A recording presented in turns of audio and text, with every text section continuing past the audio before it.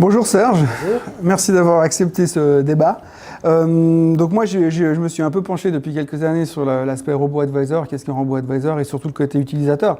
Donc maintenant l'idée de base dans tout ça, aujourd'hui on a vu une évolution quand même assez drastique ces dernières années ici à l'étranger. La première question qui me vient en tête c'est est-ce que cette technologie c'est l'avenir ? Alors très clairement, cette technologie fait partie de l'avenir. Ça, c'est une certitude.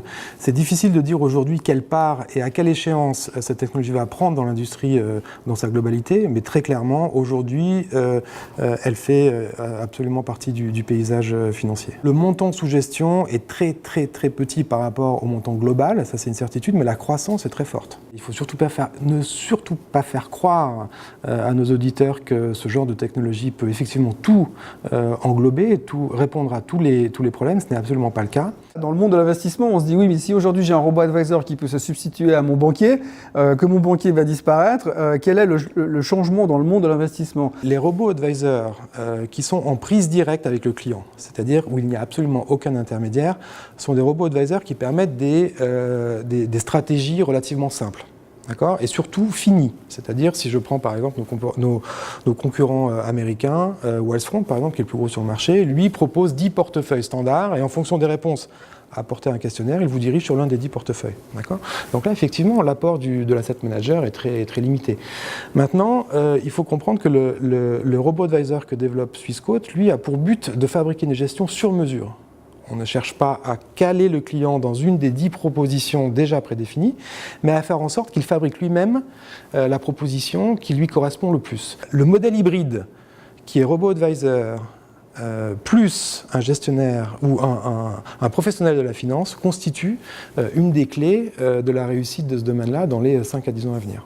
Donc on reste sur la même technologie que sur les voitures, on va plus sur les briques que sur le 100% électrique en fait. Si je devais reprendre la métaphore, je dirais que dans une voiture Tesla, vous êtes régulièrement obligé de reprendre la main sur le volant et de réajuster. Par contre, entre les deux, ça conduit tout seul. C'est ce que fait le robot aujourd'hui. Par rapport à tous ces flash crash qu'on a vu aux États-Unis, ces gros mouvements de marché où tout le monde fait la même chose, est-ce qu'il n'y a pas un risque que finalement cette montée en puissance de tout ce qui est algo ou tout ce qui est robot advisor puisse à un moment donné avoir finalement des résultats très similaires ? Les robots advisory sont des robots qui regardent les prix de clôture, même les prix de manière hebdomadaire, etc. Ça veut dire quoi ? Typiquement, un flash crash comme on les a connus, pour lesquels il existe aujourd'hui des pare-feux. Il y a énormément de mesures qui ont été prises pour éviter que ces phénomènes ne se reproduisent. Eh bien, ces robots dont on parle aujourd'hui, Wealthfront, etc., celui de Swissquote aussi, pourraient être effectivement mis en défaut par ce genre d'incident. Ça, c'est juste. Si tous les robots font la même chose, effectivement, on arrive dans un risque potentiel où le marché pourrait bouger à cause de ces mouvements coordonnés de tous les robots. Je vous ai dit au début que la part des robots aujourd'hui est très faible. Un modèle économique comme celui de Wealthfront favorise ce risque-là. L'approche de Swissquote, elle est orthogonale, et tente à fabriquer des portefeuilles individuels. Et dans ce cas-là, le risque que vous mentionnez disparaît.